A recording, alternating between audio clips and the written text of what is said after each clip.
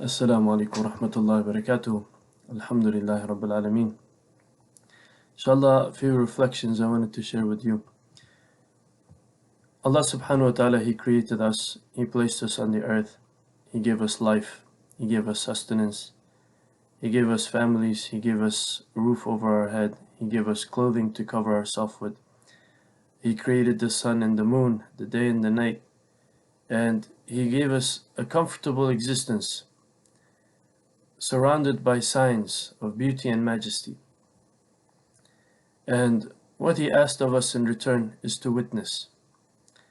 Not witness His creation, not witness our own selves, not witness the life that we have, the stories that we live out, but witness Himself, witness Allah. And He asks in the Quran, قُلْ أَيُّ شَيْءٍ أَكْبَرُ شَهَادَةً. Ask them, what's the greatest witnessing? What's the greatest witnessing? قُلِ اللَّهِ, say Allah. So Allah subhanahu wa ta'ala, He even laid it out in the Quran. What's the greatest testimony? What's the greatest witnessing? قُل, say Allah. And He said in the Quran, لَهُ يَسْجُدُ مَا فِي السَّمَاوَاتِ وَمَا فِي الْأَرْضِ طَوْعًا أَوْ كَرْهًا. Everything in the heavens and the earth, in the entire creation, in reality they're all making sajda to Allah. Everything's making sajda to Allah, whether they like it or they don't like it. Even a disbeliever who openly, outwardly says abominable things, he is made up of trillions and trillions of subatomic particles, atomic particles. Every one of them, they vibrate at precise speed Allah subhanahu wa ta'ala told them to move. Every one of his cells are doing exactly what Allah commanded them to do. If Allah wanted to seize him, He could do that within an instant. Something inside him could switch, and that's it. He's done. So his entire body, his entire being, his entire existence is in submission to Allah. But outwardly, on his tongue, he says what he says. He hasn't yet witnessed. So Allah subhanahu wa ta'ala is telling us to witness, testify, say the shahada. And He tells us, Shahid Allahu annahu la ilaha illahu. Allah, He Himself, He is a witness that there is nothing worthy of worship except Him. There is no power except Him. There is no force in this world except Him.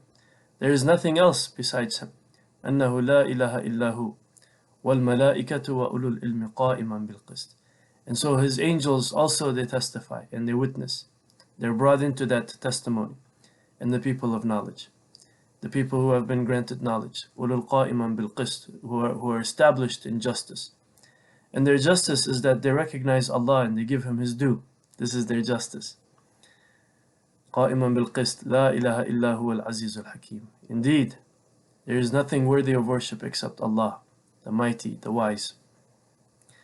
So our ulama, they said, the fruits of knowledge, there are some people who spend their lifetime learning, poring over books, going over all kinds of subjects.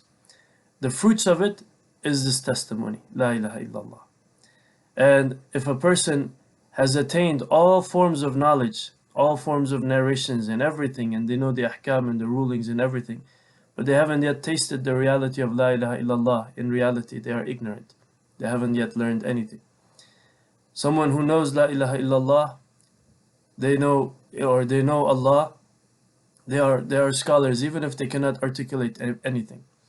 And so Allah subhanahu wa ta'ala, He tells us, قُلْ مَنْ رَبُّ السَّمَاوَاتِ وَالْأَرْضِ. Ask, who is the Rabb of the heavens and the earth? Who is the Lord of the heavens and the earth? قُلْ Allah. Say Allah. And that makes it incumbent upon us, makes it obligatory upon us, that the first act of worship that we do as believers, the first act of worship is to know Allah. Who is Allah? Who is Allah? We have to know Him.